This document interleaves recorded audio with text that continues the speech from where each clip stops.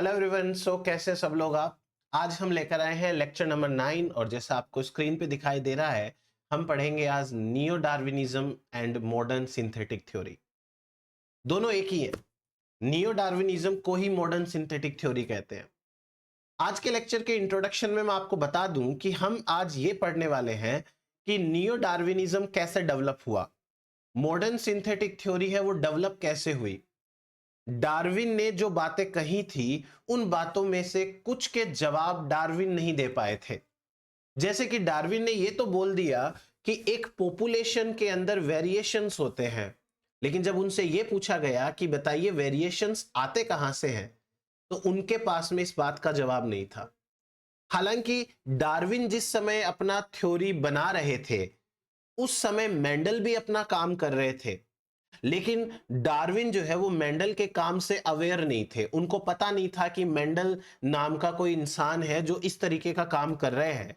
शायद अगर Darwin Mendel से मिल लेते, उनके काम को समझ लेते, तो वो इस बात का जवाब दे पाते कि वेरिएशंस कहां से आते हैं। डार्विन ने अपनी थ्योरी के अंदर एक और बात को पिन पॉइंट किया था कि नेचुरल सिलेक्शन एक मेजर कोज है एवोल्यूशन के अंदर। पर यह बात है ना, बहुत सारे साइंटिस्ट लोगों को डाइजेस्ट ही नहीं हो रही थी। बहुत सारे लोगों ने नेचुरल सिलेक्शन को मानने से इनकार कर दिया था। हालांकि वो डार्विन की बाकी चीजें मान रहे थे, ओवर प्रोडक्शन होता है, स्ट्रगल होता है, उसके बाद में सर्वाइवल ऑफ द फिटेस्ट होता है, लेकिन वो नेचुरल सिलेक्शन नहीं मान रहे थे। बहुत सारे लोगों को यह लग रहा था कि नेचुरल सिलेक्शन से एवोल्यूशन नहीं होता है, एवोल्यूशन लेमार्क के अकॉर्डिंग होता है। इवन डार्विन खुद लेमार्क को मानते थे, इवन डार्विन खुद लेमार्किज्म को फॉलो करते थे। लेकिन जब 1858 के अंदर वलास ने अपना काम डार्विन को भेजा, तब जाके डार्विन का दिमाग खुला और उन्होंने तुरंत लेमार्किज्म को रिजेक्ट कर दिया। एक बार उनको यह लग रहा था कि शायद मैं जो सोच रहा हूं वो गलत है, और क्योंकि ऐसा किसी और को समझ में नहीं आ रहा है। लेकिन जब वलास ने अपना काम करके भेजा तो उनको समझ में आया कि नहीं, जो मैं सोच रहा हूं वही ज्यादा सही है, और उन्होंने लेमार्किज्म को रिजेक्ट कर दिया। आज के लेक्चर के अंदर हम ये पढ़ेंगे कि नियो डार्विनिज्म की थ्योरी डेवलप कैसे हुई, किस तरीके से डार्विनिज्म के अनआंसर्ड क्वेश्चन को सपोर्ट किया गया, जो कमियां डार्विनिज्म में रह गई थी उनको किस तरीके से सुधारा गया, और बाद में यह माना गया कि नेचुरल सिलेक्शन तो मेजर कॉज है ही, उसके अलावा जेनेटिक ड्रिफ्ट भी एक इंपॉर्टेंट कॉज है एवोल्यूशन के अंदर। तो इस तरीके से हमारा लेक्चर जो है वो शुरू होगा। हम पहले डार्विनिज्म के ऊपर बात करेंगे एंड देन इसमें क्या क्या चेंजेस हुए उसकी चर्चा करेंगे। तो चलिए शुरुआत करते हैं हमारे आज के सेशन की। और आज हम सबसे पहले ये बात करेंगे कि नियो डार्विनिज्म आखिर हम कहेंगे किसको। मान लीजिए आपसे कोई ये कहे कि आप हमें सिर्फ एक लाइन में बता दो नियो डार्विनिज्म क्या है, तो आपका सबसे बेस्ट आंसर है डार्विनिज्म प्लस मेंडलिज्म। डार्विनिज्म और मेंडलिज्म को मिला दो, that is known as neo Darwinism. Darwinism and Mendelism दोनों को मिलाकर के हम मॉडर्न सिंथेटिक थ्योरी भी कहते हैं। क्यों? क्योंकि डार्विनिज्म के अंदर जिन सवालों के जवाब नहीं मिल पाए थे, मेंडल के काम से वो सवालों के जवाब मिल जाते हैं। इसलिए हमारी बेस्ट डेफिनेशन देखिए क्या है आपके सामने स्क्रीन के ऊपर। Neo Darwinism is generally used to describe any integration of Charles Darwin's theory of evolution by natural selection with Mendel's theory of genetics। आपको इन शॉर्ट इतना सा करना है, डार्विनिज्म प्लस मेंडलिज्म।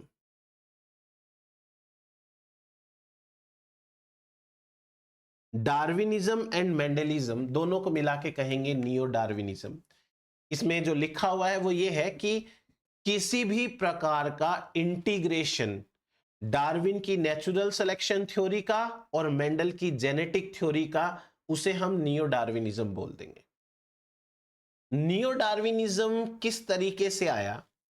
ये जो टर्म है नियो डार्विनिज्म इंट्रोड्यूस किया गया था जॉर्ज रोमानेंस 1883 के अंदर, तभी इंट्रोड्यूस हो गया था, एक साल बाद जब डार्विन की डेथ हुई। लेकिन इसका डेवलपमेंट है वो हक्सले ने किया था 1942 के अंदर। जब लेमार्क की थ्योरी रीडिस्कवर हुई थी, ह्यूगो डीवरीज, कार्ल कोरेंस, उन्होंने 1900 के अंदर काम किया था मेंडल की थ्योरी के ऊपर। उसके बाद से इंटीग्रेट करना चालू किया। आपको आज के लेक्चर में यह समझ में आ जाएगा कि नियो डार्विनिज्म कैसे इवॉल्व हुआ, कैसे डेवलप हुआ, और इसके क्या क्या इंपॉर्टेंट पॉइंट्स हैं वो तो हम पढ़ने ही वाले हैं। नियो डार्विनिज्म टर्म मार्क्स यानी कि बताता है combination of natural selection and genetics as it has been variously modified since it was first proposed। जैसे जैसे जेनेटिक्स की फील्ड में काम होता गया, वैसे वैसे डार्विनिज्म को सुधारते गए। पहले सिंपल मेंडल की थ्योरी आई, तो मेंडल की थ्योरी में पता लगा कि जो कैरेक्टर्स होते हैं वो डिस्क्रीट यूनिट्स यानी जीन्स, जिनको मेंडल ने फैक्टर कहा था, वो कंट्रोल करते हैं। तो डार्विन के वेरिएशंस कैसे आते हैं उसका पता चल गया। जब म्यूटेशन की थ्योरी दी गई तो पता चला कि म्यूटेशन से मल्टीपल एलील्स बनते हैं और उन्हीं के कारण वेरिएशंस आते हैं। फिर से कुछ सुधार किया गया। जब मॉर्गन ने ड्रोसोफिला के ऊपर काम किया तो पता चला कि म्यूटेशन के कारण चेंजेस आ सकते हैं। जब अर्नेस्ट मेयर ने एलोपैट्रिक स्पेसिएशन का कॉन्सेप्ट दिया, तब उन्होंने रिप्रोडक्टिव आइसोलेशन को एक्सप्लेन कर दिया और उनसे डाइवर्जेंस ऑफ स्पीसीज है उसको एक्सप्लेन कर दिया। तो समय के साथ डार्विन के हर सवाल का जवाब मिलता गया। तो जितने नए थ्योरीज आते गए, उतनी बार डार्विनिज्म को एक्सप्लेन किया गया, सुधारा गया। ये पॉइंट है अपना इतना सा।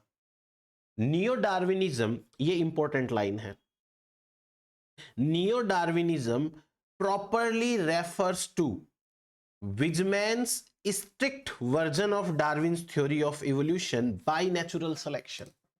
आपको यदि याद हो तो जब हम थ्योरीज ऑफ एवोल्यूशन पढ़ रहे थे तो हमने डार्विन की थ्योरी के अंदर यह पढ़ा था कि उन्होंने पेनजेनेसिस का कॉन्सेप्ट दिया था। डार्विन ने यह कहा था कि बॉडी की हर एक सेल है वो पेनजेनिया बनाती हैं और वो बाय ब्लड गोनेड्स तक पहुंच जाते हैं और फिर वो नेक्स्ट जनरेशन के अंदर चले जाते हैं। विजमैन ने डार्विन की थ्योरी, इस थ्योरी को डिस्क्राइब किया था। मैंने आपको वहां पर बोला था कि विजमैन डार्विन को बहुत मानते थे। विजमैन है वो डार्विन के सपोर्टर है, लेकिन डार्विन की इस थ्योरी को, पेनजेनेसिस थ्योरी को उन्होंने डिस्कार्ड किया। उन्होंने कहा कि यह बात डार्विन गलत बोल रहे हैं।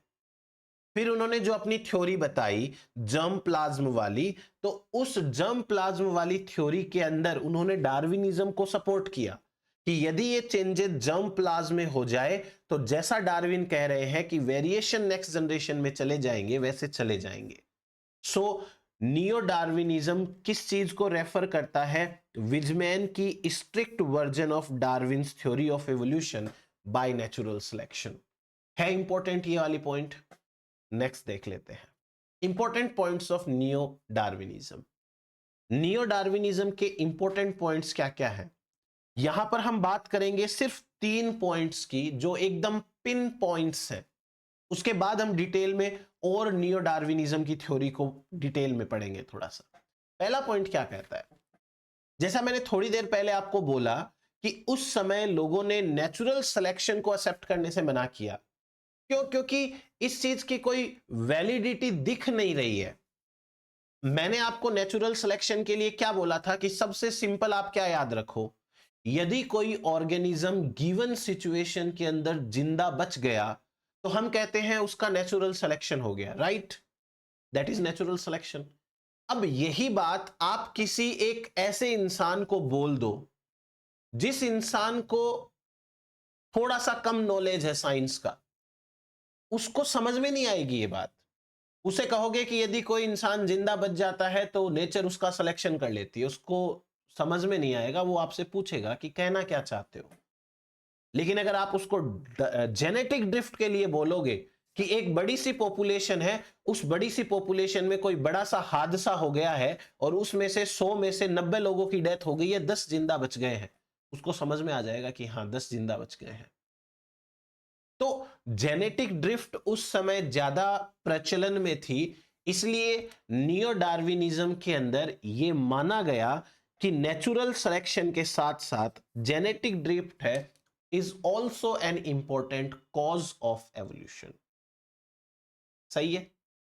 दूसरा पॉइंट, नियो डार्विनिज्म ये कहता है कि वेरिएशंस है वो एक ही जीन की मल्टीपल कॉपीज की वजह से आते हैं।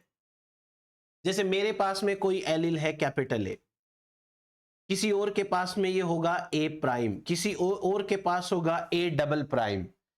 जीन एक है, उसके न्यूक्लियोटाइड सीक्वेंसेस थोड़े थोड़े चेंज हो रहे हैं, और वो जो थोड़े थोड़े न्यूक्लियोटाइड सीक्वेंसेस चेंज हो रहे हैं उसी का रिजल्ट ये आ रहा है कि वेरिएशंस आते हैं। हम सबके अंदर एक ही जीन की मल्टीपल कॉपीज प्रेजेंट होती हैं, तो वेरिएशन उस कारण आते हैं। तीसरा पॉइंट कहता है कि जब बहुत सारे माइक्रो एवोल्यूशन एक्यूमुलेट हो जाते हैं तो मैक्रो इवोल्यूशन बन जाता है, and that is the point कि जब एक पॉपुलेशन डाइवर्ज हो जाएगी दो पॉपुलेशंस के अंदर। मैंने आपको यह चीज एक्सप्लेन करी थी कि जैसे ये कोई कॉमन एंसेस्टर है और इस कॉमन एंसेस्टर से एक लीनिएज स्ट्रेट जाती है, इसका मतलब है कि इस लीनिएज में समय के साथ चेंजेस आ रहे हैं, और यहां पर जो कॉमन पॉपुलेशंस हैं उन सभी पॉपुलेशंस के अंदर वो इनहेरिट होके इकट्ठा होकर के एक्यूमुलेट हो रहे हैं। एक पॉइंट ऐसा आएगा जब हमें इस लाइन को दो डायरेक्शंस के अंदर डिवाइड करना पड़ेगा, डाइवर्स करना पड़ेगा, तो उस समय हम ये कहेंगे कि भाई मैक्रो एवोल्यूशन हो गया है। बहुत सारे माइक्रो एवोल्यूशन आ गए हैं, इतने ज्यादा आ गए हैं कि अब ये एक पॉपुलेशन कॉमन नहीं रह सकती है, तो डाइवर्सिफिकेशन हो गया। ये नियो डार्विनिज्म के 3 इंपॉर्टेंट पॉइंट है, आराम से देखिए इनको। इतना होने के बाद में हम आगे डिस्कस करते हैं कि नियो डार्विनिज्म किस तरीके से इंटीग्रेटेड है डिफरेंट एस्पेक्ट्स के साथ में।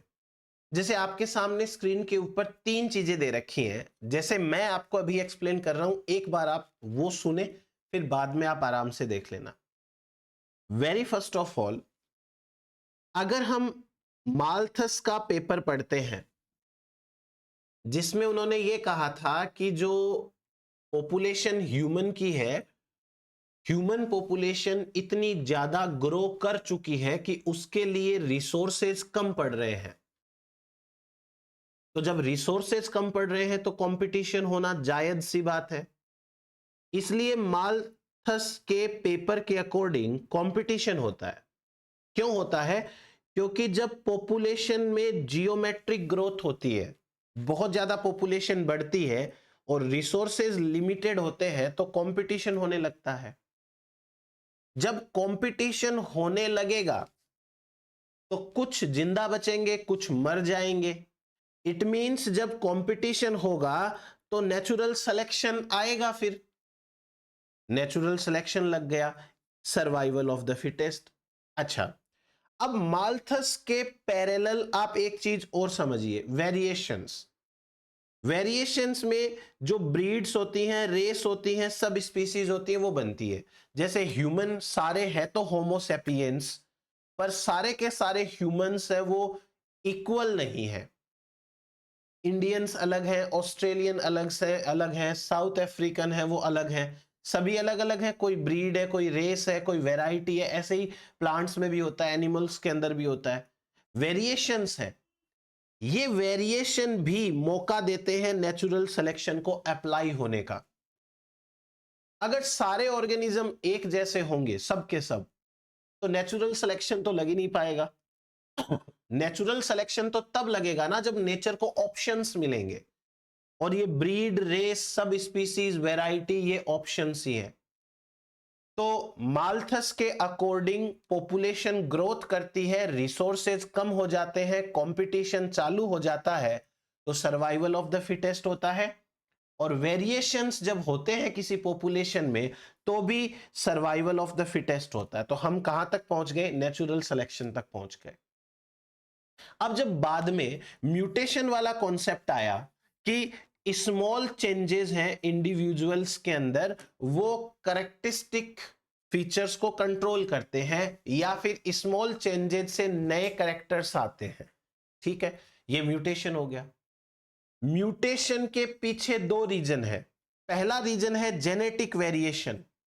जेनेटिक वेरिएशन का मतलब हो गया कि एक एलील के अंदर समय के साथ ऑटोमेटिक म्यूटेशन हो जाए, उस एलील का कोई कॉम्बिनेशन हो जाए। दूसरा है मेंडेलियन इनहेरिटेंस, कि पेरेंट्स के पास में दो कॉपी होती है, मियोसिस के दौरान जो है वो रिकॉम्बिनेशन होता है, इंडिपेंडेंट असॉर्टमेंट होता है, उस दौरान चेंजेस हो जाए।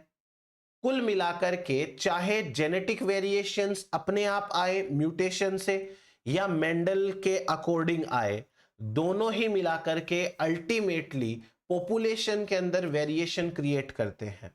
और जब नेचुरल सिलेक्शन, जेनेटिक वेरिएशन और मेंडेलियन इनहेरिटेंस तीनों को मिला देते हैं तो बनती है मॉडर्न सिंथेसिस। आपको ये वाले चार्ट में ये एज सच रटना नहीं है, आपको खाली इंटीग्रेशन समझना है।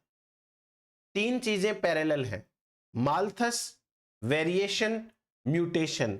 आप इसको याद रखो, MVM, MVM, Malthus variation Mendelism, sorry mutation आएगा, सॉरी। तो MVM का मतलब हो जाएगा माल्थस वेरिएशन म्यूटेशन।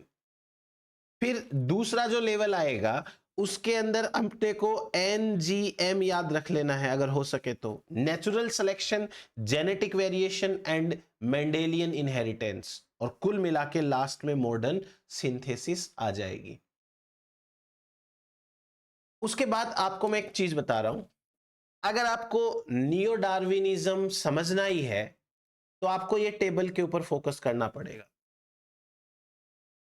ये वो सारे के सारे ऑथर हैं जिन्होंने अपनी फेमस किताब या रिसर्च पेपर के अंदर डार्विन को वापस से एक्सप्लेन किया है किसी ना किसी तरीके से। वेरी वेरी इंपॉर्टेंट है। इन सब के नाम और इनकी बुक्स के नाम यदि आप याद रख सको तो बेस्ट रहेगा आपके लिए। नहीं याद रख सको तो थोड़ा साइंटिस्ट के नाम जरूर याद रखें आप, क्योंकि इन लोगों ने समय समय पर डार्विनिज्म को सुधारा है। इन्होंने समय समय पर डार्विनिज्म के अंदर चेंजेस लाए हैं। तो ये वो लोग हैं जो अपनी बुक के अंदर, अपने पेपर के अंदर डार्विनिज्म को डेवलप कर रहे थे। जैसे डॉबझैंस्की है, आपको ये नाम याद करना है, इंपॉर्टेंट है। डॉबझैंस्की ने genetics and the origin of species किताब लिखी थी। ईयर याद मत करिए, कोई इश्यू नहीं है, पर आपको डॉबझैंस्की का ये बुक का टाइटल याद रखना चाहिए। अगर आप डॉबझैंस्की नाम सुनते हैं तो शायद आपने पहले से कहीं सुन रखा होगा। ये स्पीसीज की डेफिनेशन के अंदर आते हैं। इसके अलावा ये स्पेशिएशन प्रोसेस में भी इंपॉर्टेंट रोल बताते हैं। डॉबझांस्की के बाद में अर्नेस्ट मेयर का नाम याद रखना है आपको, अर्नस्ट मायर। अर्नस्ट मायर ने systematics and the origin of species ये किताब लिखी थी। अर्नस्ट मायर ने एलोपैट्रिक स्पेशिएशन को एक्सप्लेन किया था, बायोलॉजिकल स्पीसीज कॉन्सेप्ट दिया था। तो ये इंपॉर्टेंट है। फिर उसके बाद में बर्नहार्ड है, रेंच, इनका आप चाहो तो मत याद रखो। लेडियार्ड स्टेबिन ये याद रखना पड़ेगा, ये बॉटनी के अंदर काफी अच्छा काम करते थे, बॉटनिस्ट थे ये। तो इनकी किताब है variation and evolution in plant, इन्होंने डार्विनिज्म को सपोर्ट किया है। उसके बाद में सिम्पसन वाला याद रखना पड़ेगा, ये भी आता है, tempo and mode in evolution, ये किताब थी इनकी और इसके अंदर इन्होंने डार्विनिज्म को सपोर्ट किया है। Julian Huxley, very very important, इनका आपको याद करना पड़ेगा क्योंकि इन्होंने डार्विनिज्म को नियो डार्विनिज्म में बहुत ज्यादा सपोर्ट किया। हाल्डन है, ये याद करना पड़ेगा, फिशर एंड हाल्डन दोनों एक साथ हैं। और सीवाल राइट है, जब ये पॉपुलेशन जेनेटिक्स पढ़ाते हैं, जेनेटिक ड्रिफ्ट का रोल बताते हैं, तो इनका नाम भी आता है। तो कुल मिलाकर के आपको एक नाम चाहो तो छोड़ सकते हो, अब वो भी क्या ही छोड़ना, ये सारे के सारे इंपॉर्टेंट हैं। ये वो लोग हैं जिन्होंने नियो डार्विनिज्म बनाने में अपना बहुत इंपॉर्टेंट रोल प्ले किया है। इनकी बुक, इनके रिसर्च पेपर्स हैं, ये आपके सामने है लिस्ट में, जरूर याद रखें आप। Next to this, important points of natural selection theory. जब डार्विन ने नेचुरल सिलेक्शन दिया तो वो कुछ और तरीके से था। उन्होंने नेचुरल सिलेक्शन को उतना ज्यादा डिफाइन नहीं किया। उन्होंने ये जरूर कहा कि नेचुरल सिलेक्शन है वो एक मेजर फोर्स है by the nature on organisms जो इवोल्यूशन कॉज करता है।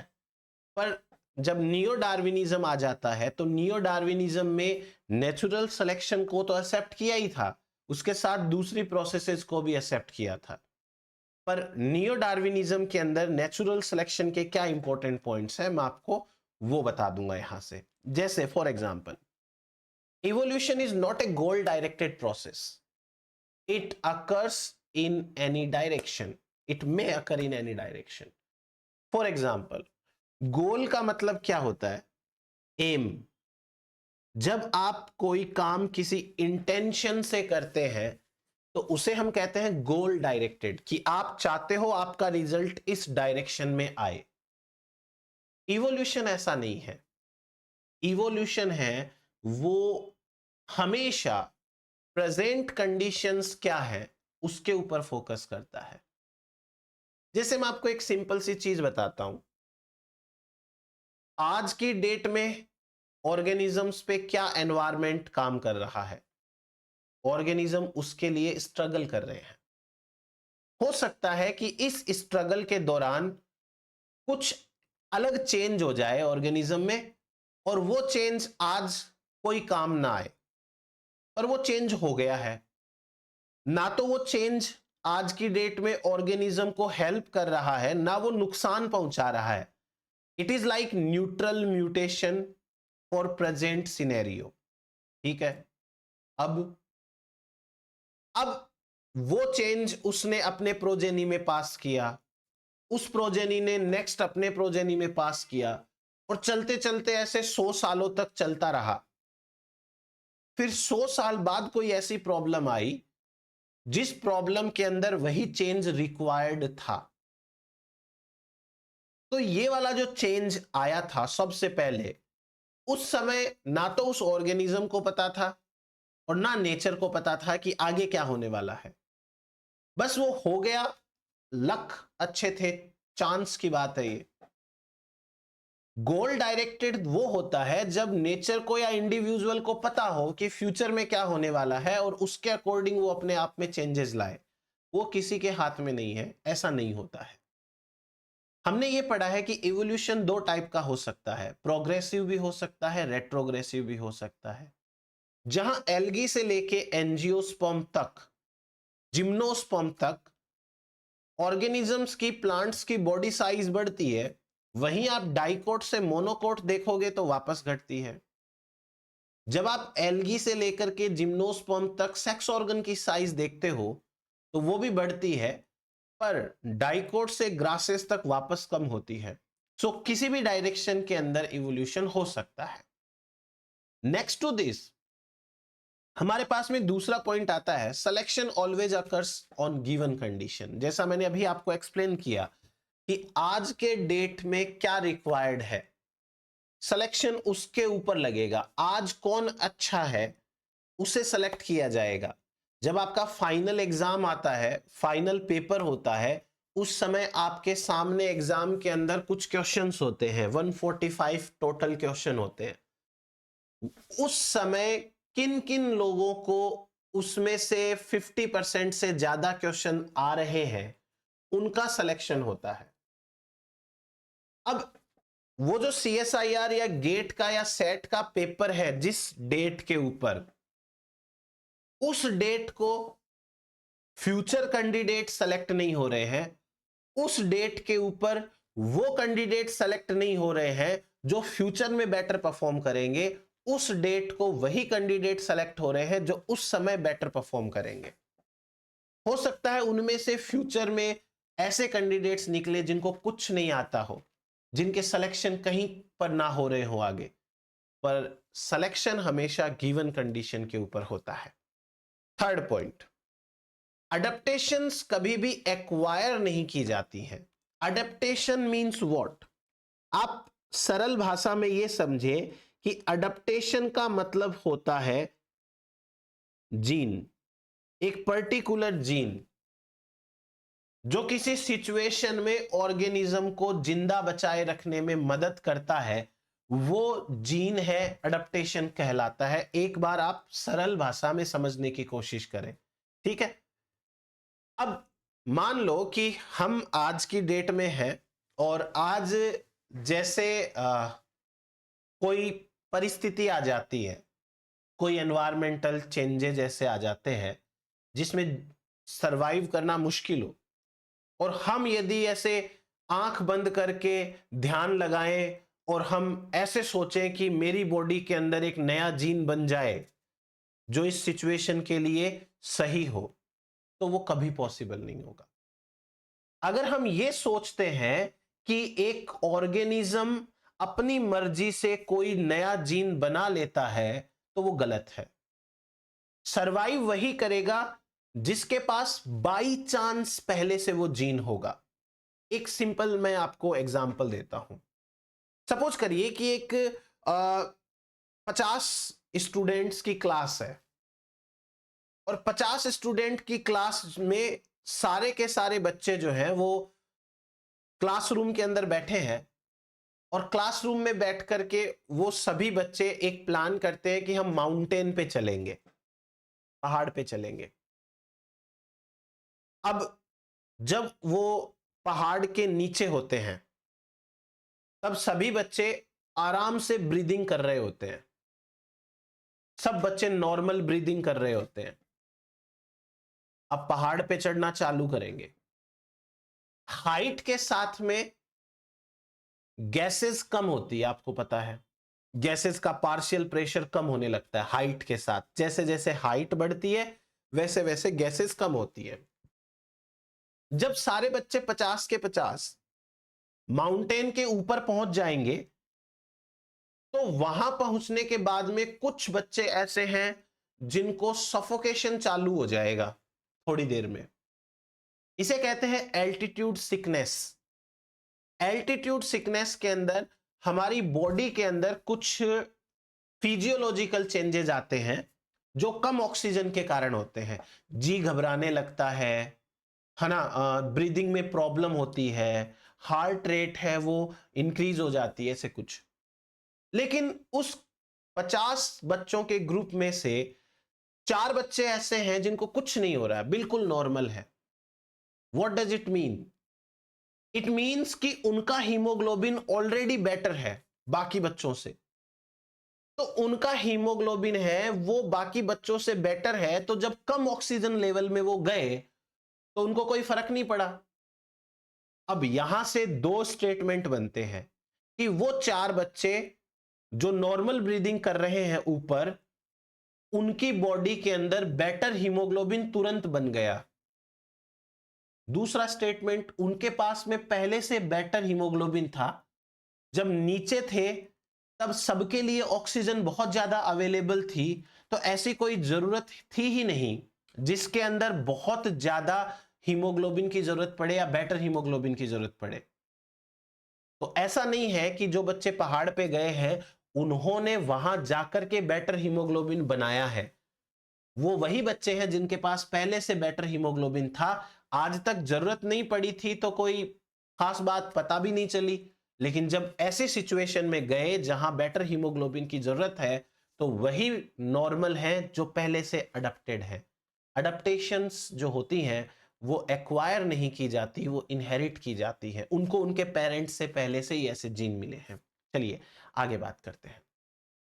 वेरिएशंस कैसे आते हैं? वेरिएशंस आते हैं म्यूटेशंस की वजह से, और म्यूटेशंस एक रैंडम फिनोमिनन है। म्यूटेशन किसी भी डायरेक्शन में हो सकता है, प्रोग्रेसिव भी हो सकता है, रेट्रोग्रेसिव भी हो सकता है। यह बात आपको एक्सप्लेन की जा चुकी है। फिर उसके बाद में जो नेचुरल सिलेक्शन है उसमें differential reproduction and differential survival है, उसको ज्यादा इंपॉर्टेंस दी गई। डिफरेंशियल रिप्रोडक्शन मींस जो दूसरे के कंपैरिजन में ज्यादा रिप्रोड्यूस करता हो। डिफरेंशियल सर्वाइवल मींस जो दूसरे के कंपैरिजन में ज्यादा सरवाइव करता हो। इस बात पे ज्यादा फोकस किया गया नियो डार्विनिज्म के अंदर, जो नेचुरल सिलेक्शन बताता है। देन उसके बाद organisms are pre adapted for an unseen problem. हर ऑर्गेनिज्म है वो पहले से प्री अडेप्टेड है एक अनसीन प्रॉब्लम के लिए। अब उसकी लाइफ में यदि वो प्रॉब्लम आएगी तो उसकी अडेप्टेशन काम आ जाएगी, और उसकी लाइफ में वो प्रॉब्लम नहीं आएगी तो वो काम नहीं आएगी। एक सिंपल सा और एग्जांपल बताता हूं। जैसे सपोज अपन कहीं घूमने के लिए जाने वाले, ट्रिप पे जा रहे हैं, एक फैमिली ट्रिप है, अपन फैमिली के साथ जा रहे हैं। तो अपन क्या करते हैं कि बाहर जाएंगे तो अपन पहले से ना कुछ चीजें जुटा लेते हैं, क्या पता काम आ जाए।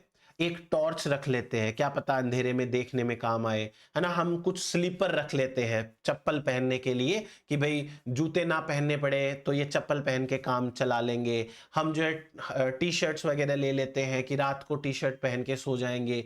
हम लेट्स सपोज कि कुछ ऐसी सनस्क्रीन क्रीम ले लेते हैं कि क्या पता धूप ज्यादा हो तो सनस्क्रीन क्रीम यूज ले लेंगे। कुल मिलाकर के हम बहुत सारी चीजें सामान लेके साथ में चलते हैं। इसे कहते हैं कि पता नहीं सामने क्या प्रॉब्लम आएगी, तो उसके लिए हम पहले से प्री अडप्ट हो रहे हैं। ये तो चलो एक हाइपोथेटिकल एग्जांपल बताया जिसमें हम जानबूझ के सामान इकट्ठा कर रहे हैं। अब वो प्रॉब्लम अगर आएगी तो हम पहले से तैयार हैं, और वो प्रॉब्लम नहीं आएगी, पता चला कि भाई टॉर्च की जरूरत ही नहीं थी, हम ऐसे ही ले गए थे साथ में, तो हमको पता भी नहीं चलेगा कि हमारे पास में टॉर्च थी जिसको हम यूज कर सकते थे, पर वो प्रॉब्लम ही नहीं आई। हर ऑर्गेनिज्म के पास में ऐसे चेंजेस होते हैं जो उसे किसी ना किसी सिचुएशन में हेल्प तो कर सकते हैं, पर वो सिचुएशन आनी भी तो चाहिए सामने। अब वो सिचुएशन ही नहीं आएगी तो उन चेंजेस का पता ही नहीं चलेगा, राइट। चलिए ये हुआ।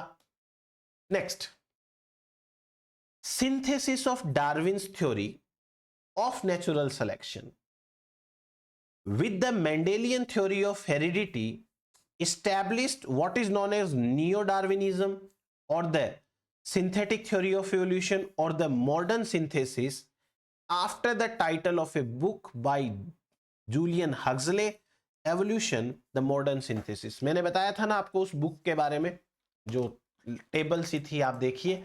आपको ये जरूर याद रखना है कि जूलियन हक्सले ने नियो डार्विनिज्म को सिंथेटिक थ्योरी कहा, उन्होंने मॉडर्न सिंथेसिस कहा अपनी किताब के अंदर, जिसमें ज्यादा कुछ नहीं है। डार्विनिज्म जो है उसको मेंडलिज्म के साथ में जोड़ दिया गया, that's it.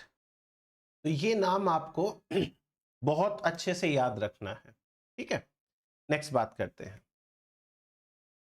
From population genetics. जो हम हार्डी विनवर्क पढ़ते हैं, एलील फ्रीक्वेंसीज की बातें करते हैं, वहां से the modern synthesis is spread into other areas of evolutionary biology। Allele frequency की जहां पे बात करेंगे ना, तो वहां से कई सारी चीजें नई निकल के आती हैं। एक पॉपुलेशन में कौन से एलील हैं, वो कितनी फ्रीक्वेंसी में है, फ्यूचर में उस फ्रीक्वेंसी पे क्या असर पड़ेगा, वो एलील्स पॉपुलेशन में बढ़ने वाले हैं कि घटने वाले हैं, क्या जेनेटिक ड्रिफ्ट का इफेक्ट होगा। ऐसी सारी चीजें अपने आप जुड़ जाएंगी जब पॉपुलेशन जेनेटिक्स काम करना चालू करती है। मतलब हम जब पॉपुलेशन जेनेटिक्स पढ़ने चालू कर देते हैं तो हमको नए डायरेक्शंस मिल जाते हैं। Before the modern synthesis had pretended the subject speciation had often been explained by macromutations or the inheritance of acquired characters। देखो, मॉडर्न सिंथेसिस से पहले स्पेशिएशन को कैसे डिफाइन करते थे, जो मैंने आपको अभी स्टार्टिंग के अंदर बताया कि एक एंसेस्ट्रल पॉपुलेशन होती है, उसमें धीरे धीरे करके माइक्रो एवोल्यूशन आते हैं। एक समय ऐसा आता है कि माइक्रो एवोल्यूशन बहुत ज्यादा हो जाते हैं और यहां से स्पेशिएशन हो जाता है, राइट। मैंने आपको यही बताया है कि जब माइक्रो एवोल्यूशन आएंगे तो वो इकट्ठा होकर मैक्रो एवोल्यूशन बन जाते हैं, और मैक्रो एवोल्यूशन स्प्लिट करेंगे एक पॉपुलेशन को दो डायरेक्शंस के अंदर। सो इस मॉडर्न सिंथेसिस से पहले ये माना जाता था। अब आपको मैं बताता हूं कि कैसे डेवलपमेंट हुआ इस नियो डार्विनिज्म का या मॉडर्न सिंथेसिस का। Developments leading up to the synthesis मतलब मॉडर्न सिंथेसिस मतलब नियो डार्विनिज्म कैसे हुआ देखिए। ये सारे पॉइंट्स जो मैं आपको अभी एक्सप्लेन करूंगा सिर्फ और सिर्फ आपको समझने हैं, रटने बिल्कुल भी नहीं है, क्योंकि एज सच ये काम के नहीं है। मतलब कोई एक बहुत बड़े ये एक्सपेरिमेंट्स टाइप के नहीं है जो आप याद रखो कि ऐसा ऐसा होता है। ये लोगों का काम था, लोगों की थॉट थी, तो आपको बस इनकी जानकारी रखनी है। बाकी ना तो आपको इनको सीक्वेंस में याद करने की जरूरत है, ना पूरा का पूरा रटने की जरूरत है। जैसे देखो, जब डार्विन की अपनी थ्योरी आती है ओरिजिन ऑफ स्पीसीज, जिसके अंदर उन्होंने नेचुरल सिलेक्शन के लिए कुछ पेजेस डिवोट किए थे, कुछ पेजेस में नेचुरल सिलेक्शन एक्सप्लेन किया था। तो डार्विन ने नेचुरल सिलेक्शन को मेजर फोर्स बताया एवोल्यूशन के लिए, और बहुत सारे साइंटिस्ट लोग इस बात को मानने के लिए मना कर गए थे। अब मैं आपको ये पैराग्राफ पढ़ के समझा देता हूं, इसमें कुछ नहीं है।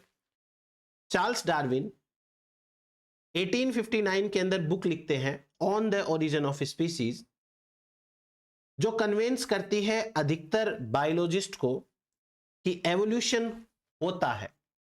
इस बात को मानने पे वो मजबूर करते हैं, क्योंकि पहले बाइबल क्या कहती है कि हर स्पीसीज को भगवान ने बनाया है अलग अलग तरीके से, लेकिन डार्विन की जब किताब आ जाती है तो सब लोग ये मानते हैं कि एवोल्यूशन होता है, लेकिन नेचुरल सिलेक्शन प्राइमरी मैकेनिज्म है। इस बात को सब नहीं मानते। डार्विन मानते हैं, सब लोग नहीं मानते। तो सब लोगों ने नेचुरल सिलेक्शन को मेजर फोर्स मानने से मना कर दिया। यहां से डार्विन को प्रॉब्लम चालू होती है। फिर डार्विन मर जाते हैं, देन उसके बाद में वापस से इस चीज को लिया जाता है, वो बाद में आएगा 19th सेंचुरी में और अर्ली 20th सेंचुरी के अंदर, यानी 1800 से लेके 1900 तक और अर्ली 1900 वाली सेंचुरी में लेमार्किज्म के वेरिएशंस आए। इनहेरिटेंस ऑफ एक्वायर्ड कैरेक्टर, ऑर्थोजेनेसिस मतलब प्रोग्रेसिव तरीके से इवोल्यूशन होता है, कॉम्प्लेक्सिटी आती है, स्पीसीज सिंपल से कॉम्प्लेक्स बनती जाती है और फाइनली स्पीसीज कॉम्प्लेक्स हो जाती है। साल्टियोनिज्म इवोल्यूशन होता है, वो लैप्स में होता है, जैसे कि पहले कुछ नहीं होगा बहुत समय तक, फिर अचानक से इवोल्यूशन हो जाएगा, फिर लंबे समय तक कुछ नहीं होगा, अचानक से फिर इवोल्यूशन हो जाएगा। अर्ली 20th सेंचुरी और 19th सेंचुरी के दौरान यह माना जाता था कि इवोल्यूशन वैसे ही होता है जैसे लेमार्क ने बताया।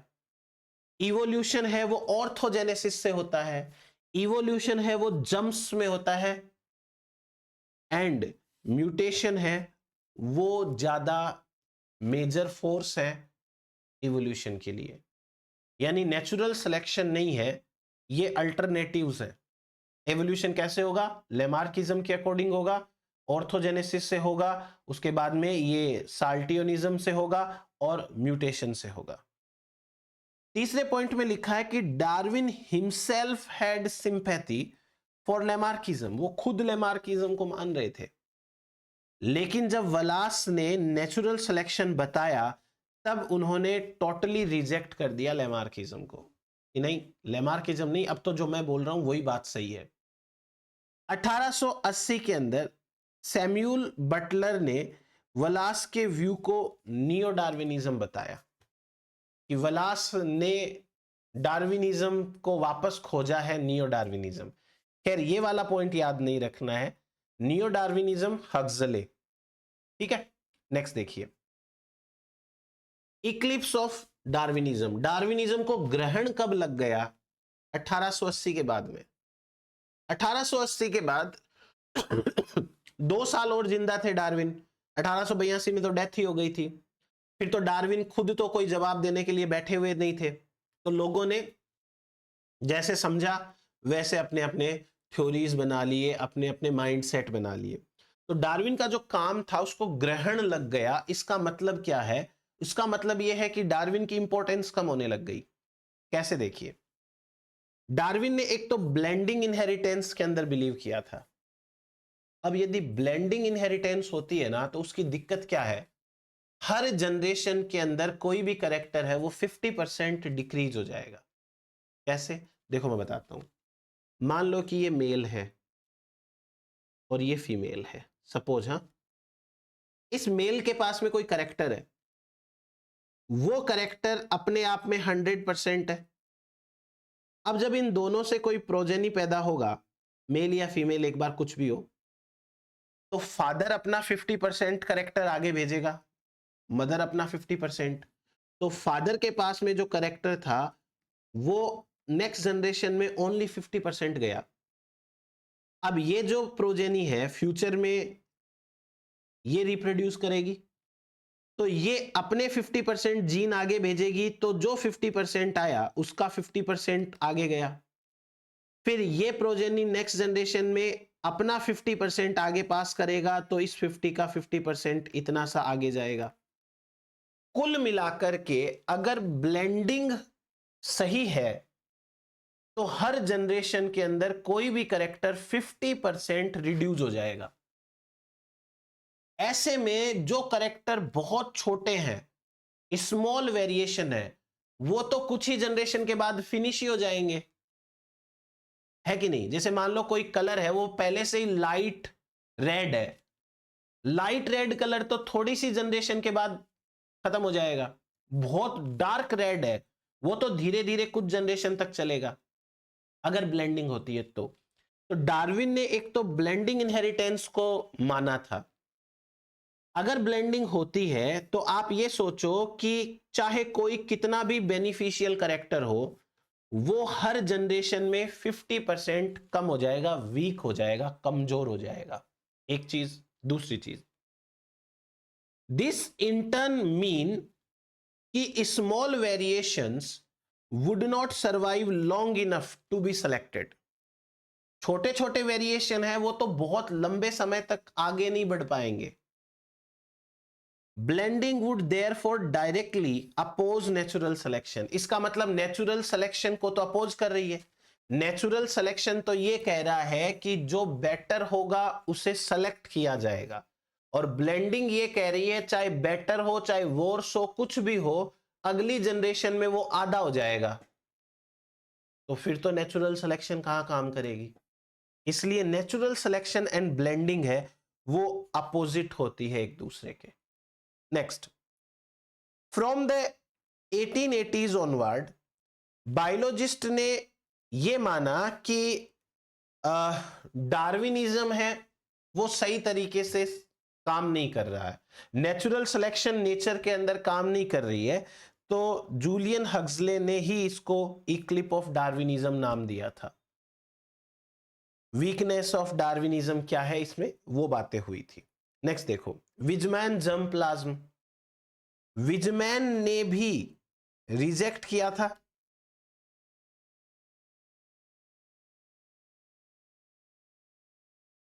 Pangenesis of Darwin. तो एक तरीके से एक और क्रिटिसाइज करने वाला इंसान है डार्विन को, इसमें और कुछ नहीं पढ़ना, वही बात है। दूसरी बात, मॉर्गन्स फ्रूट फ्लाई, ये आया सपोर्ट एक बहुत बढ़िया। और सपोर्ट भी देखो कब है, 1912, यानी मेंडल का काम जब पूरी तरीके से समझ में आ गया था लोगों को, उसके बाद में है।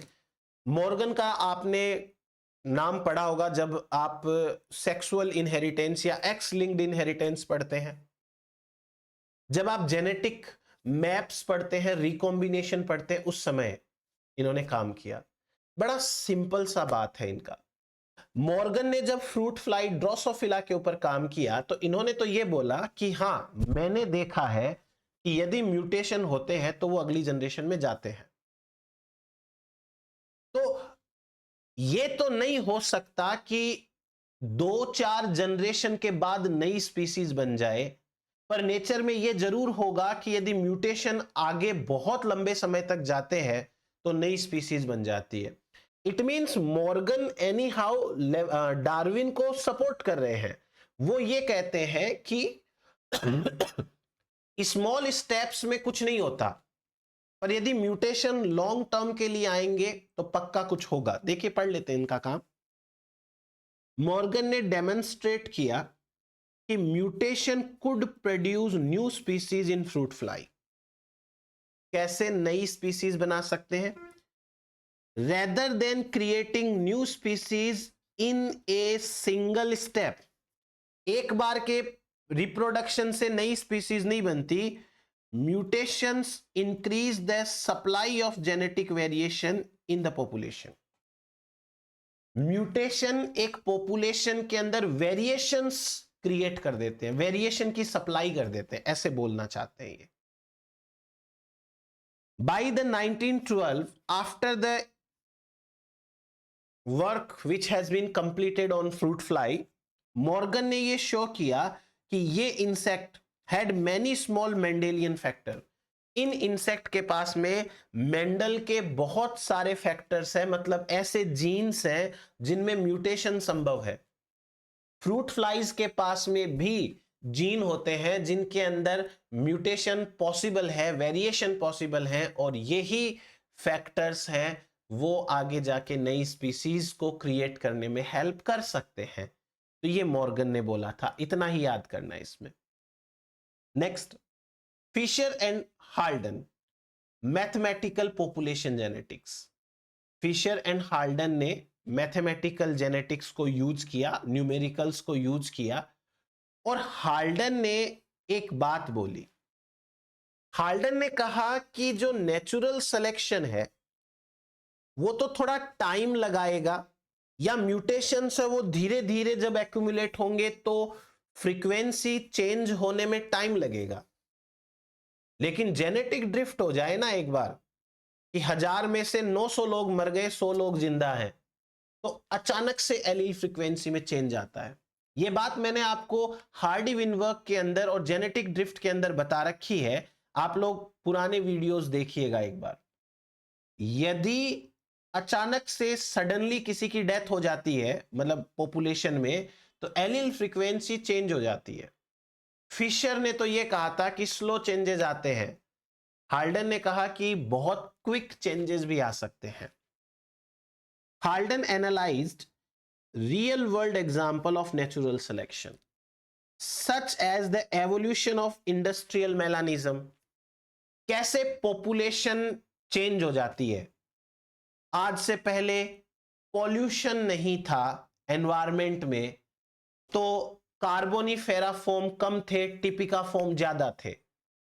एक साल के अंदर इतना ज्यादा पॉल्यूशन हो गया कि कार्बोनिफेरा फॉर्म बढ़ गए, टिपिका फॉर्म कम हो गए। देखो कितना सडन चेंज आया है, कितना जल्दी चेंज आया है। तो इन्होंने ये कहा कि नेचुरल सिलेक्शन है वो फास्टर काम कर सकता है। फिशर ने कहा था कि धीरे काम करता है नेचुरल सिलेक्शन। हाल्डन ने कहा कि देखो एक साल में पॉल्यूशन इतना ज्यादा बढ़ गया है कि टिपिका फॉर्म्स है वो बहुत ज्यादा डिक्लाइन हो गई और कार्बोनिफेरा फॉर्म को बहुत सपोर्ट मिल गया। तो नेचुरल सिलेक्शन जितना हम सोचते हैं उससे ज्यादा फास्ट काम कर सकता है, ये हाल्डन ने कहा। सपोर्ट कर रहे हैं डार्विन को। नेक्स्ट पॉइंट आता है सीवाल राइट का अडेप्टिव लैंडस्केप मॉडल। क्या कहता है ये ऐसे कहता है, एक बार समझिएगा कि मान लो ये कोई 100 लोगों की पॉपुलेशन है, 100 प्लांट्स है या 100 इंसेक्ट की पॉपुलेशन है, और ये बेचारे अपने एनवायरनमेंट के साथ इंटरेक्शन करके अडप्ट हो रहे थे कि अचानक से जेनेटिक ड्रिफ्ट आ गई, सडन डेथ हो गई, और जेनेटिक ड्रिफ्ट के अचानक से आते ही अब पॉपुलेशन में थोड़े से ऑर्गेनिज्म बचे, तो जो अडेप्टेशंस वो पहले कैरी कर रहे थे उनकी डायरेक्शन चेंज हो गई। वो अपने हाई टेम्परेचर से स्ट्रगल कर रहे थे, अब हाई वाटर अवेलेबिलिटी हो गई, तो अब उनको अपना टेम्परेचर वाला छोड़ करके वाटर के अकॉर्डिंग एडजस्ट होना पड़ेगा। ये वाटर के अकॉर्डिंग एडजस्ट होने की कोशिश कर रहे थे कि अचानक से नेचुरल सिलेक्शन लग गया। और नेचुरल सिलेक्शन जैसे ही लगा तो इनमें से उन ऑर्गेनिज्म को रिजेक्ट कर दिया गया जो वाटर में सरवाइव नहीं कर सकते, तो वापस से डायरेक्शन चेंज हो गई। इसे कहते हैं राइट्स अडप्टिव लैंडस्केप। डायरेक्शन कैसे चेंज हो जाती है? इन 1932 paper he introduced that the concept of an adaptive landscape in which phenomenon such as crossbreeding and genetic drift in a small population could push them away from adaptive peaks। एक population है जो adopt हो रही है और उसमें cross breeding हो जाए या उसके अंदर जेनेटिक ड्रिफ्ट आ जाए, तो ये चीजें उसे अडप्टिव पीक से हटा देती हैं, अलग डायरेक्शन के अंदर ले जाती है या उससे दूर कर देती है। which would in turn allow natural selection to push them towards new adaptive peaks। जैसे ही 1000 में से 100 लोग जिंदा बचे तो उन लोगों के ऊपर अब नेचुरल सिलेक्शन और काम करने लग जाएगा और वो उनको अलग डायरेक्शन में ले जाएगा। तो कैसे डायरेक्शन चेंज हो रही है? कुछ ऑर्गेनिजम्स थे जो बेचारे यहां तक पहुंचे थे, वो वापस नीचे गिर गए और अब वापस दूसरी डायरेक्शन के अंदर इवॉल्व होना शुरू कर दिए। यहां तक पहुंचे थे बी पॉइंट तक, वापस से नीचे गिर गए, अब वो कोई सी डायरेक्शन में चेंज होना चालू हो गए। तो समय के साथ में ऐसा कुछ हो सकता है। नेक्स्ट देखो, डॉबझांस्की का एवोल्यूशनरी जेनेटिक्स। डॉबझांस्की ने भी डार्विन को सपोर्ट किया है। उन्होंने नियो डार्विनिज्म डेवलप होने में काफी मदद करी। डॉबझांस्की ने आर्ग्यू किया कि mutations were the main source of evolutionary changes. Mutation main source है इवोल्यूशनरी चेंजेस का, और वेरिएबिलिटी भी म्यूटेशन की वजह से आती है। Along with chromosome rearrangement, effect of gene on their neighbours during development and polyploidy. तो अकॉर्डिंग टू डॉबझांस्की इवोल्यूशन कैसे होता है? इवोल्यूशन होता है म्यूटेशन से। एक रीअरेंजमेंट्स ऑफ क्रोमोसोम, मतलब मेटाफेजिक प्लेट के ऊपर जो मैंने फर्स्ट लेक्चर में बताया था, और उनका नेबरिंग जीन पे क्या इफेक्ट है, मतलब जीन जीन इंटरेक्शन, ये इवोल्यूशन लाते हैं डॉबझांस्की के अकॉर्डिंग। उसके बाद में genetic drift, natural selection, migration, geographical isolation, ये भी सारे के सारे रीजन है जो एलिल फ्रीक्वेंसी या जीन फ्रीक्वेंसी को चेंज कर सकते हैं। तो मेरी बात ध्यान रखना, जो डॉबझांस्की वाला ये पैराग्राफ आया है, आप इनमें से कुछ पॉइंट्स निकाल लो। क्या पॉइंट्स निकालने हैं कि वेरिएशन कैसे आता है या इवोल्यूशन कैसे होता है? इवोल्यूशन होता है म्यूटेशन से, रीअरेंजमेंट ऑफ जीन से, जीन जीन इंटरेक्शन से, जेनेटिक ड्रिफ्ट, नेचुरल सिलेक्शन या कोई भी selection, artificial selection, migration, geographical isolation, और मैकेनिज्म लाइक इकोलॉजिकल और sexual isolation and hybrid sterility. ये सारी चीजें हैं जो कि इवोल्यूशन कराने के लिए जिम्मेदार है अकॉर्डिंग टू डॉबझांस्की। यहां से काफी सारे क्वेश्चंस बनेंगे, तो जब हम अपना लाइव सेशन लेकर आएंगे क्वेश्चंस का, तब मैं आपको ये सब चीजों की वापस से प्रैक्टिस कराऊंगा, आप नोट्स बनाते जाइए। Next point, Schmalhausen's stabilising selection. हम कुछ लेक्चर्स के बाद में डार्विन के 3 टाइप के जो सिलेक्शंस के एग्जांपल्स हैं, directional selection, disruptive selection, stabilising selection, वो पढ़ेंगे। स्मॉल हुसैन ने 1941 के अंदर स्टेबलाइजिंग सिलेक्शन का कॉन्सेप्ट देकर के डार्विनिज्म को सपोर्ट किया। स्टेबलाइजिंग सिलेक्शन क्या है कि जब कभी भी कोई प्रॉब्लम एनवायरनमेंट के अंदर परमानेंट हो जाती है, तो उस समय नेचर उसे सेलेक्ट करती है जिसके अंदर कोई कैरेक्टर है वो स्टेबल हो। जब कोई 2 प्रॉब्लम एक साथ आ जाती है तो नेचर उसे सेलेक्ट करती है जिसके पास दोनों कैरेक्टर का सॉल्यूशन हो। जैसे साउथ अफ्रीकन पॉपुलेशन के अंदर, ओल्ड अफ्रीकन पॉपुलेशन के अंदर 2 प्रॉब्लम एक साथ आई। एक तो आया मलेरिया,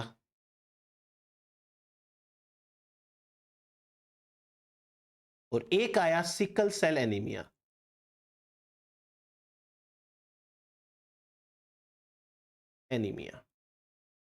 अब यहां पे प्रॉब्लम क्या है? ऐसा इंसान जिसके पास में हीमोग्लोबिन की बीटा चेन बनाने वाले दोनों जीन नॉर्मल हैं, HbN, इसको मलेरिया हो जाएगा और इसकी मलेरिया के कारण डेथ हो जाएगी। ऐसे इंसान जिसके पास में हीमोग्लोबिन की दोनों बीटा चेन बनाने वाले एलील्स म्यूटेंट है, इनको सिकल सेल एनीमिया होगा और इनकी डेथ हो जाएगी। अब नेचर में दो प्रॉब्लम है, एक है मलेरिया की, एक है सिकल सेल एनीमिया की। तो नेचर ने ऐसे इंडिविजुअल्स को सेलेक्ट किया जिन इंडिविजुअल्स के पास में दोनों टाइप के एलील्स हैं। इनको ना तो मलेरिया हो सकता है, इनको ना सिकल सेल एनीमिया होता है, मतलब ये दोनों सिचुएशन में प्रॉपर सरवाइव कर सकते हैं। तो नेचर ने क्या किया? नेचर ने इन इंडिविजुअल्स को सेलेक्ट किया और इन इंडिविजुअल को सेलेक्ट करने के साथ साथ नेचर ने हीमोग्लोबिन की बीटा चेन बनाने वाले नॉर्मल एलील को भी सेलेक्ट कर लिया और म्यूटेंट एलील को भी सेलेक्ट कर लिया। उसने HbS उसको भी सेलेक्ट किया, उसने HbN को भी सेलेक्ट किया। इसे कहते हैं स्टेबलाइजिंग या बैलेंसिंग सिलेक्शन, दोनों को बैलेंस कर दिया। तो इस्माइल हुसैन ने स्टेबलाइजिंग सिलेक्शन का कॉन्सेप्ट देके डार्विनिज्म को सपोर्ट किया है।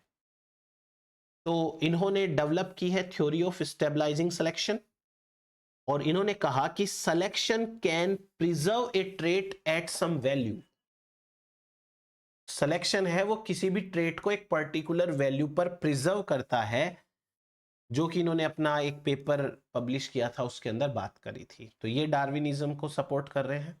फिर उसके बाद में मेयर का एलोपैट्रिक स्पेशिएशन।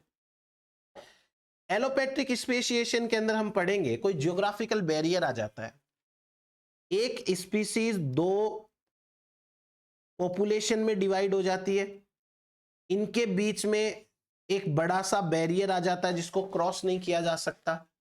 अब इस पॉपुलेशन के ऊपर एनवायरमेंट 1 काम करता है और इस पॉपुलेशन पे एनवायरमेंट 2 काम करता है और दोनों के दोनों पॉपुलेशन अब अपने अपने एनवायरमेंट के अकॉर्डिंग अडप्ट होते हैं। रिप्रोडक्शन ये कर नहीं सकते क्योंकि क्रॉस नहीं कर सकते माउंटेन को, तो रिप्रोडक्टिव आइसोलेशन इनके अंदर आ जाता है, स्पेशिएशन हो जाता है। डार्विन ने कहा था कि एक पॉपुलेशन है वो डाइवर्स हो जाती है। अब वो डाइवर्स कैसे होती है उसको अर्नस्ट मेयर ने एलोपैट्रिक स्पेशिएशन से एक्सप्लेन कर दिया कि जियोग्राफिकल बैरियर क्या करता है, एक पॉपुलेशन को दो पार्ट्स में डिवाइड कर सकता है। Mayor emphasized the importance of allopatric speciation where geographically isolated subpopulation diverge so far the reproductive isolation occur। ये अब सब स्पीसीज, सब पॉपुलेशन, पहले एक पॉपुलेशन थी फिर सब पॉपुलेशन बन जाएगी। हम स्पेशिएशन अलग से पढ़ेंगे, मैं आपको बेटर एक्सप्लेन करूंगा ये सारी चीजें, अभी के लिए इतना सा समझते हैं। नेक्स्ट आती है कहानी definition of the modern synthesis by founders as they numbered them. मैं आपको एक टेबल एक्सप्लेन करने वाला हूं, इसके अंदर जो मॉडर्न सिंथेसिस के फाउंडर्स हैं 3 माने जाते हैं, मेयर, स्टेबिन्स जो बॉटनी के थे और डॉबझांस्की जिन्होंने बताया कि म्यूटेशन और क्या क्या प्रोसेस है जो इवोल्यूशन में काम आती है। इन तीनों लोगों ने किस प्रकार से इन चीजों को एक्सप्लेन किया। म्यूटेशन के ऊपर मेयर ने क्या कहा कि म्यूटेशन है वो रैंडमनेस है in all events that produce new genotypes, that is mutation. कोई भी ऐसी रैंडमनेस जो नए जीनोटाइप बनाती है वो म्यूटेशन होती है। स्टेबिन ने कहा कि म्यूटेशन है these are the source of variability but not direction. Mutation से वेरिएबिलिटी तो आती है बट कोई डायरेक्शन आए वो जरूरी नहीं है, किसी भी डायरेक्शन में हो सकते हैं। तो स्टेबिन ने ये बोला। डॉबझांस्की ने ये कहा कि म्यूटेशन से नए जेनेटिक मटेरियल मिलते हैं, यील्ड जेनेटिक रॉ मटेरियल। बाद में अगर अच्छा म्यूटेशन है तो स्टेबल हो जाएगा। रिकॉम्बिनेशन के लिए मेयर ने क्या कहा? मेयर ने कहा कि रैंडमनेस इन रिकॉम्बिनेशन फर्टिलाइजेशन में इंपॉर्टेंट रोल प्ले करता है। स्टेबिन ने भी माना कि source of variability but not the direction. जो रिकॉम्बिनेशन है उससे भी वेरिएबिलिटी आएगी, बट डायरेक्शन आ जाए जरूरी नहीं है। और डॉबझांस्की ने इसके बारे में कुछ नहीं बोला।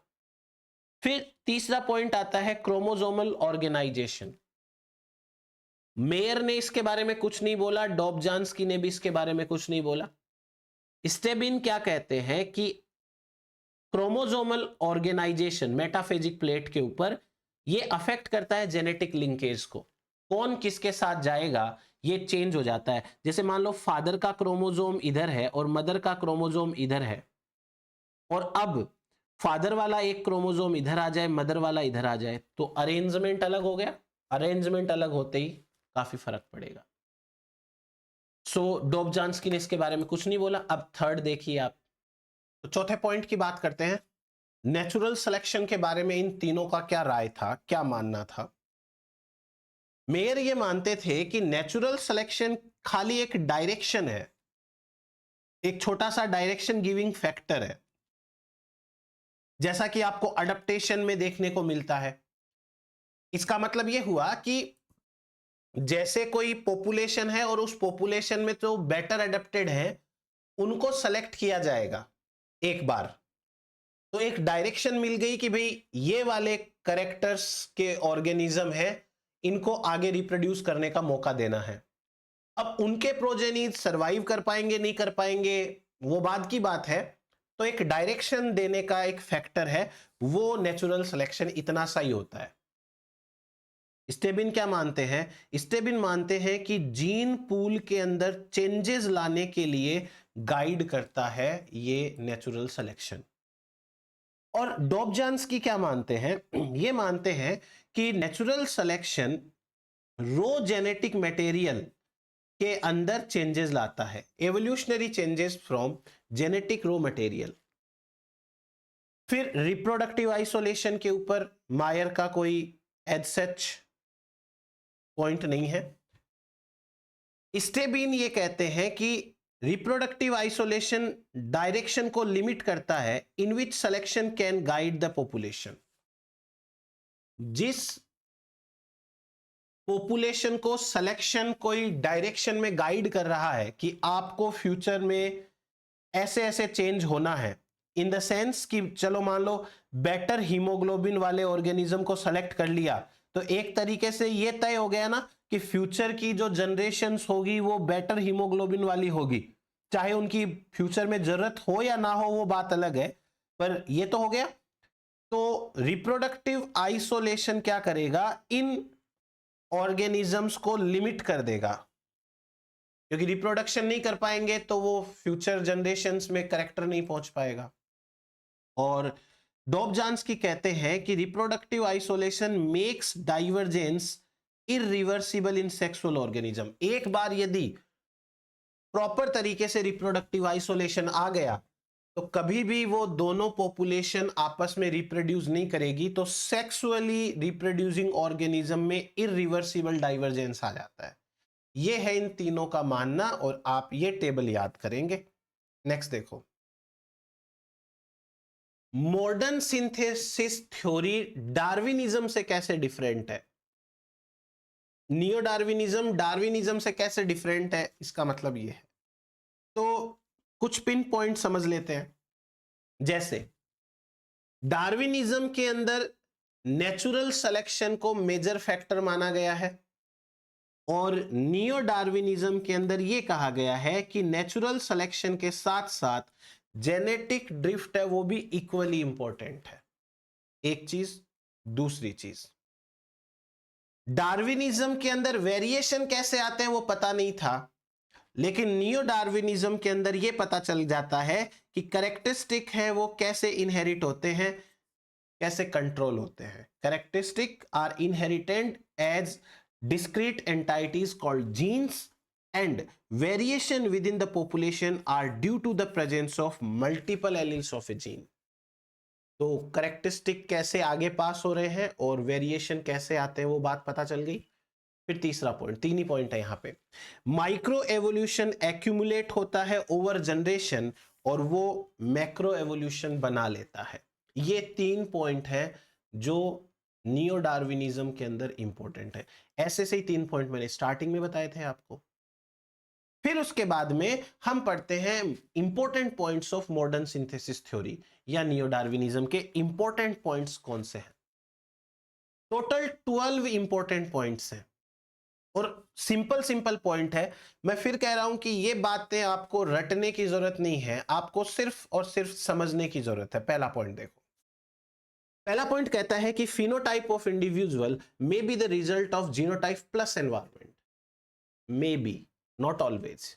जैसे मान लो कि एक मेल है और इसका ब्लड ग्रुप है O, एक फीमेल है इसका भी ब्लड ग्रुप है O, यानी कि इनका जीनोटाइप है IOIO और इसका भी जीनोटाइप है IOIO। क्या इन दोनों से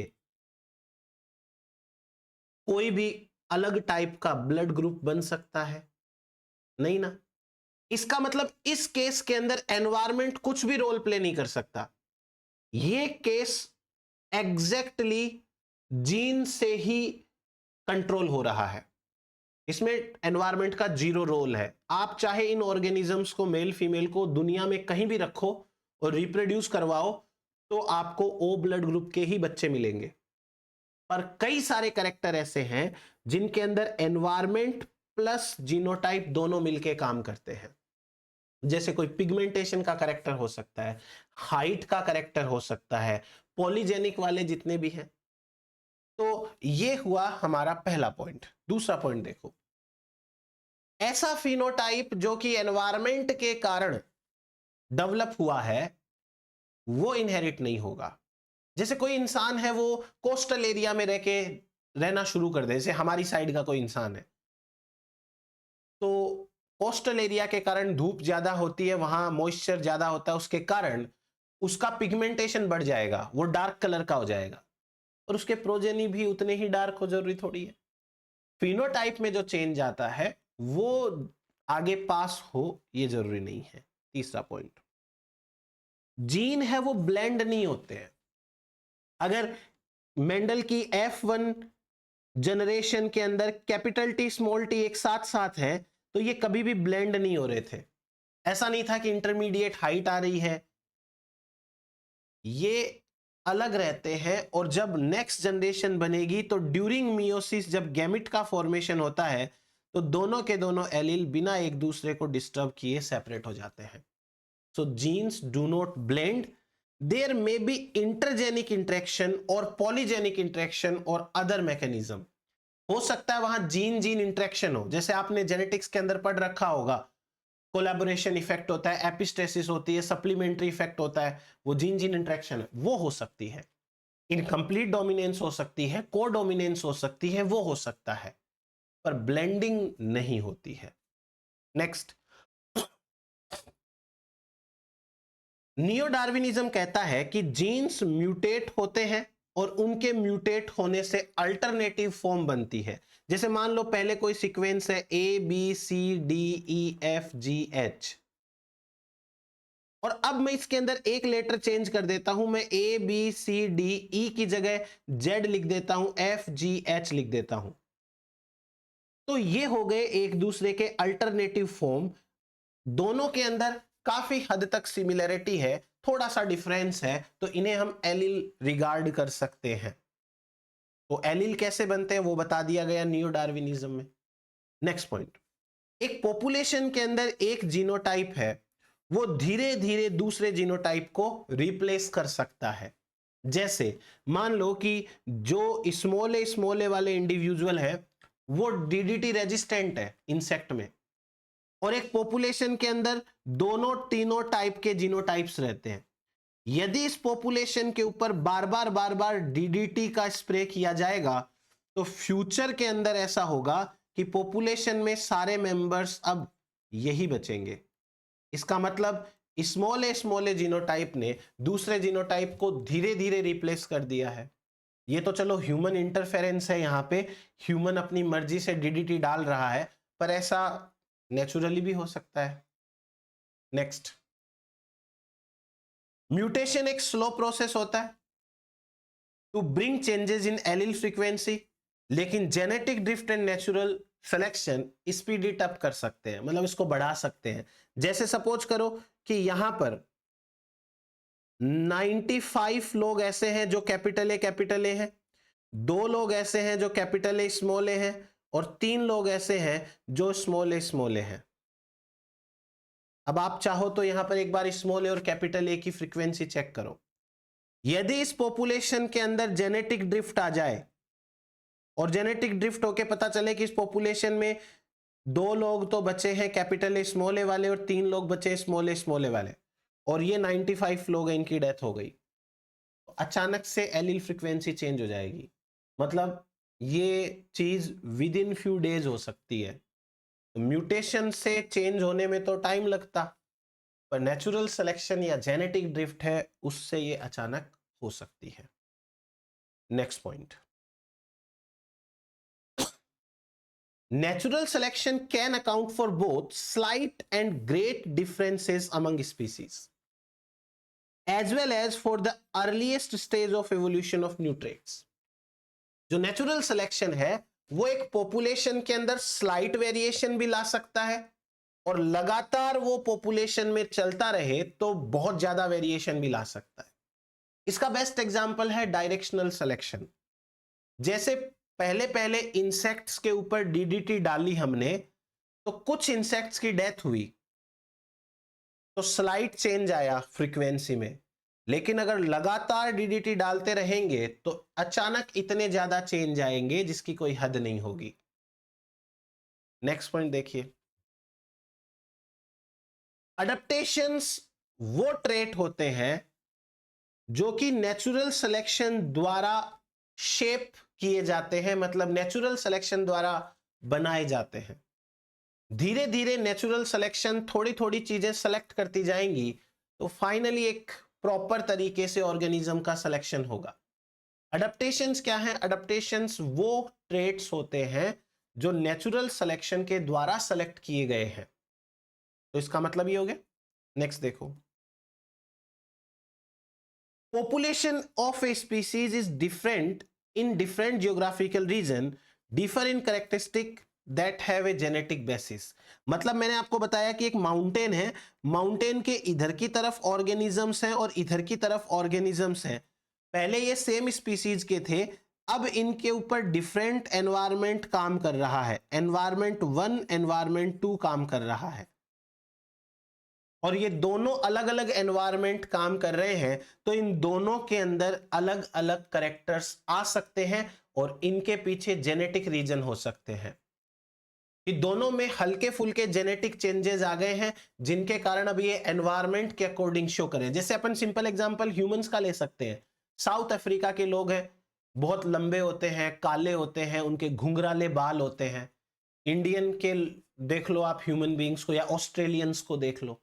अब दोनों है तो ह्यूमन स्पीसीज, पर दोनों के अंदर जेनेटिक चेंजेस आ चुके हैं जिनके कारण वो अलग अलग एनवायरमेंट के अकॉर्डिंग ट्रेट्स शो कर रहे हैं। नेक्स्ट पॉइंट देखिए, differences among geographical population of a species are often adaptive and thus are consequences of natural selection. मतलब ये अडप्टिव होते हैं। माउंटेन के इधर रहने वाली स्पीसीज यहां के एनवायरमेंट के अकॉर्डिंग अडप्ट होगी, इधर रहने वाली स्पीसीज यहां के एनवायरमेंट के अकॉर्डिंग अडप्ट होगी, और दोनों जब इस तरीके से अडप्ट हो जाते हैं तब नेचुरल सिलेक्शन है वो अच्छे से काम कर पाएगा। नेक्स्ट पॉइंट, प्रोकैरियोट यूकैरियोट की तुलना में ज्यादा जल्दी से इवोल्व होते हैं। क्यों? प्रोकैरियोट है, उनका जीनोम छोटा होता है। प्रोकैरियोट जल्दी रिप्रोड्यूस करते हैं तो जल्दी जल्दी डीएनए रेप्लिकेशन होता है। प्रोकैरियोट्स हैं, उनके अंदर लाइफ साइकिल छोटी होती है। प्रोकैरियोट में म्यूटेशंस हैं वो जीन के अंदर ही होंगे क्योंकि इनके अंदर एक्स्ट्राजेनिक पोर्शन कम होता है। सो कुल मिलाकर के ऐसे सारे चीजें जो फेवर करती है इस बात को कि प्रोकैरियोट्स हैं वो जल्दी इवोल्व होते हैं। And last but not the least, mutation हो गया, जेनेटिक ड्रिफ्ट हो गई, जेनेटिक रिकॉम्बिनेशन हो गए, इंडिपेंडेंट असॉर्टमेंट हो गए, ये सारे के सारे कॉजेज ऑफ वेरिएशन है from one generation to next generation. तो ये है हमारे पास में नियो डार्विनिज्म। होपफुली आपको समझ में आया होगा और आपको इजी लगा होगा। तो अब आप ये सारे नोट्स बनाते जाइएगा। अपन मिलते हैं जल्दी नेक्स्ट लेक्चर के अंदर। Thank you.